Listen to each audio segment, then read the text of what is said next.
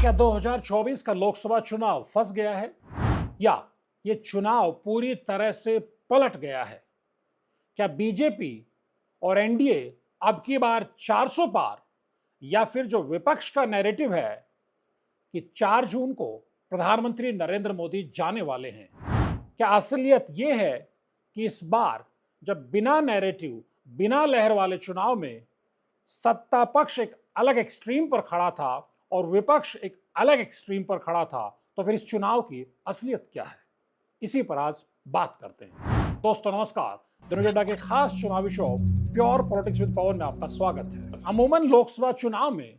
जब सत्ताधारी दल हो या विपक्षी दल हो, चुनावी अखाड़े में उतरते वक्त उसके जहन में भी यही होता है और वो जब मंच पर चढ़ता है तो दावा भी यही करता है कि 272 का जादुई आंकड़ा इस बार वो छूने वाला है। सत्ता पक्ष भी यही दावा करता है कि वो 272 के जादुई आंकड़े को छूकर सत्ता में फिर लौटेगा और विपक्ष भी यही दावा करता है कि इस बार वो 272 के जादुई आंकड़े को छूकर जो सत्ताधारी दल है उसे सत्ता से बेदखल करेगा। लेकिन 2024 के चुनाव में ऐसा बिल्कुल भी नहीं हुआ।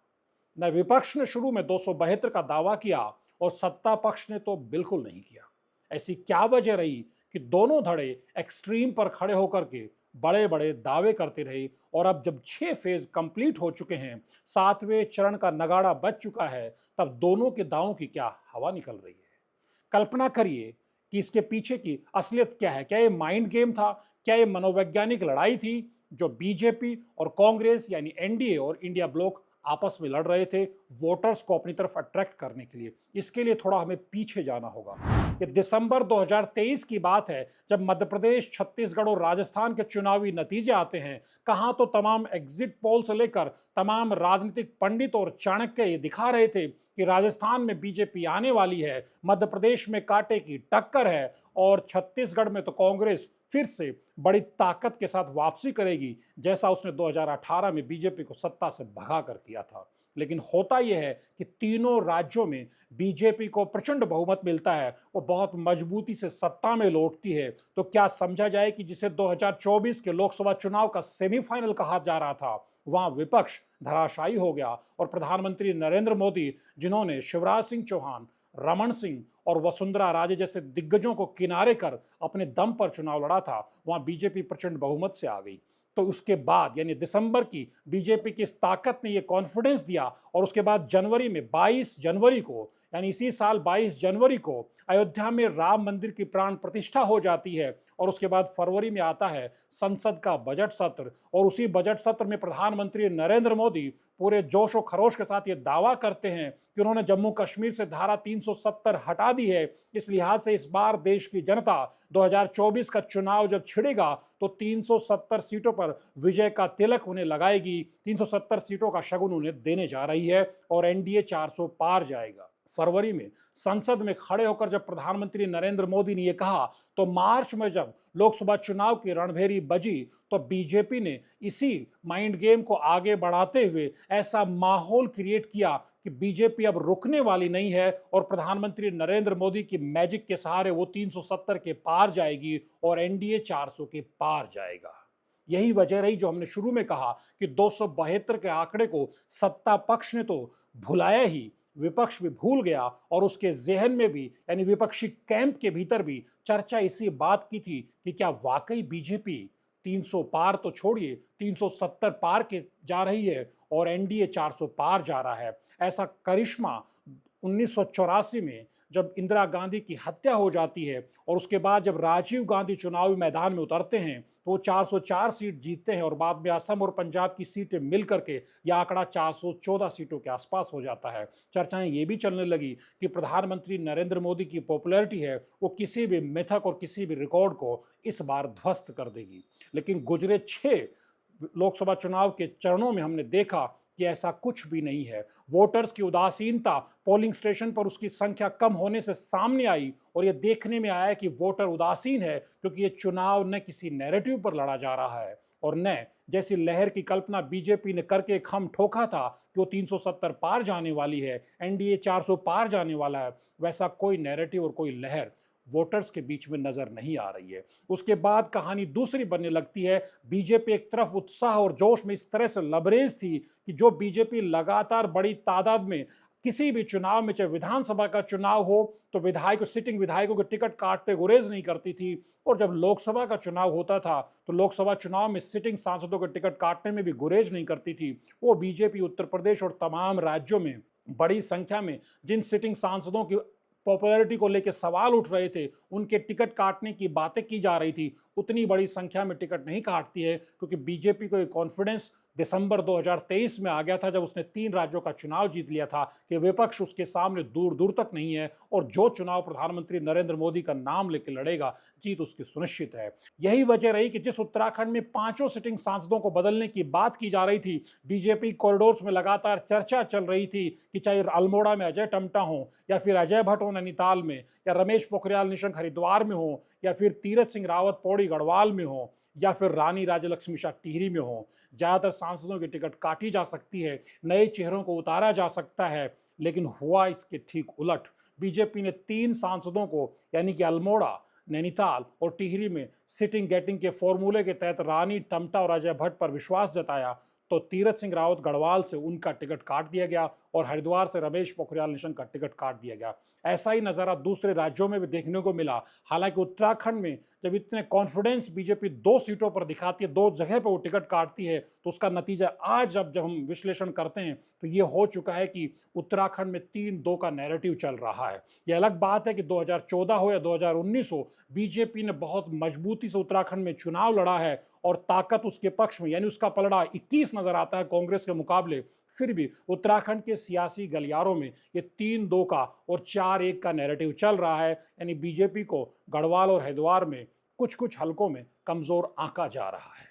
बड़ा सवाल ये है कि जिस तरह से बीजेपी ने 400 पार का कॉन्फिडेंस दिखाया, उसके बाद जो बीजेपी का काडर था वो एक जीत की आश्वस्ति में आता है और एक उदासीनता की तरफ चला जाता है, और ज़मीन पर वो उस तरह पसीना नहीं बहाता है जैसा 2014, 2019 या किसी भी पूर्व के चुनाव में बीजेपी के काडर ने दिखाया है, बीजेपी के पदाधिकारी ने दिखाया है। इसके उलट विपक्ष ने, जब बीजेपी ने 370 पार और एनडीए 400 पार का नारा दिया, तो राहुल गांधी ने खास तौर पर यह नैरेटिव बनाना शुरू किया कि अगर बीजेपी 370 पार जाएगी, एनडीए 400 पार जाएगा, तो इसका सीधा मतलब है कि जो एससी, एसटी, ओबीसी का आरक्षण है उस पर आंच आएगी और संविधान को भी बदला जाएगा। और इस विपक्ष के नैरेटिव की चिंगारी में आग और उसे हवा देने का काम किया बीजेपी के उन सांसदों ने या बीजेपी के उन प्रत्याशियों ने, जिन्होंने अपने क्षेत्र की सीट जीतने के लिए, माहौल बनाने के लिए, वोटर को खुश करने की कोशिश की कि इस बार 300 पार बीजेपी को भेजिए, उसके बाद संविधान में जरूरी संशोधन किए जाएंगे। तो क्या समझा जाए, इसी के बाद जब अखिलेश यादव ये कहते हैं कि अब की बार 400 पर हार, यानी बीजेपी के अब की बार 400 पार के नारे पर अखिलेश यादव ये कहते हैं कि इस बार 543 सीटों में से 400 सीट बीजेपी हारने जा रही है, यानी बीजेपी बमुश्किल 140 सीटों पर ठहर जाएगी। इसी तरह की बात राहुल गांधी करते हैं, जो पहले लगातार ये कह रहे थे कि बीजेपी इस बार 200 के नीचे आएगी। उसके बाद उन्होंने कहा कि बीजेपी 180 सीट भी नहीं जीत पाएगी, और फिर उन्होंने कहा कि बीजेपी 160 सीटों पर भी सिमट सकती है। यानी कितना एक्सट्रीम पर, जहां बीजेपी 370 पार का दावा कर रही थी, विपक्ष ने इसी मनोवैज्ञानिक गेम में, इसी माइंड गेम में बीजेपी से लोहा लेते हुए 160 या 140 पर बीजेपी के सिमटने के दावे करने शुरू कर दिए।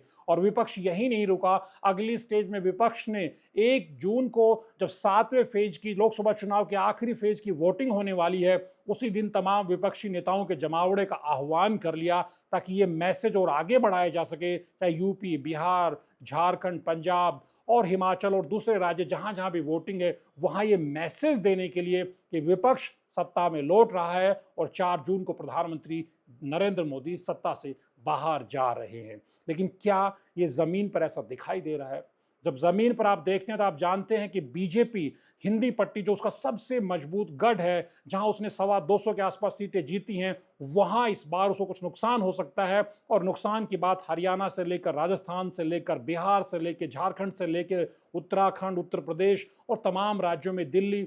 और पंजाब में, चंडीगढ़ में कही जा रही। तब बीजेपी को 370 सीटें कहां से आएंगी? कर्नाटक में उसके नुकसान की भरपाई थोड़ा तेलंगाना या दूसरे राज्यों से की जा सकती है, तो बढ़त उसके हिस्से कहां आने वाली है?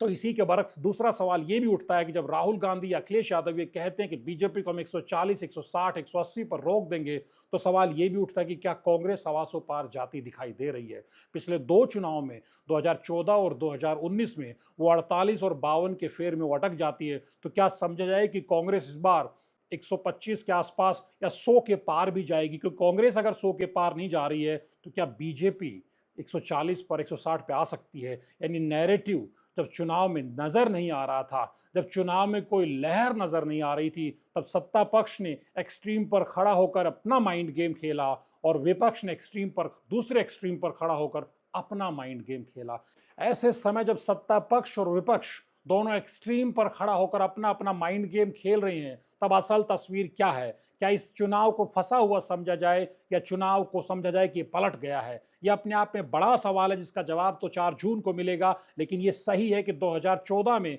अच्छे दिनों की आंधी लेकर के प्रधानमंत्री नरेंद्र मोदी और विपक्ष के भ्रष्टाचार के नैरेटिव को जिस तरह से भुनाते हुए वोटों की आंधी बना करके सत्ता पर काबिज होते हैं, और 2019 में पुलवामा की घटना के बाद घर में घुसकर मारेंगे कि नैरेटिव पे जो राष्ट्रवाद का नैरेटिव बनाया जाता है, उससे बीजेपी को प्रचंड बहुमत मिलता है। लेकिन इस चुनाव में 2024 के लोकसभा चुनाव में वो नैरेटिव, वो लहर, वो आंधी नजर नहीं आ रही है। बीजेपी भी जानती है कि उसको कई चुनौतियों का सामना करना पड़ रहा है, लेकिन विपक्ष भी जानता है कि उसने अभी वो खोई हुई जमीन भी हासिल करने लायक माहौल नहीं बना लिया है कि वो बीजेपी को 140 पर रोक दे और कांग्रेस 125 के पार चली जाए। यानी चुनाव में अभी बहुत कुछ है। अभी आखिरी फेज की वोटिंग होनी है और उसके बाद जब 4 जून को नतीजे आएंगे तो बहुत बेहद दिलचस्प वो रहने वाले हैं। तस्वीर तभी साफ होगी। लेकिन कुल मिलाकर समझा जाए, अगर इस चुनाव को देखा जाए तो ये जरूर लगता है कि विपक्ष ने भी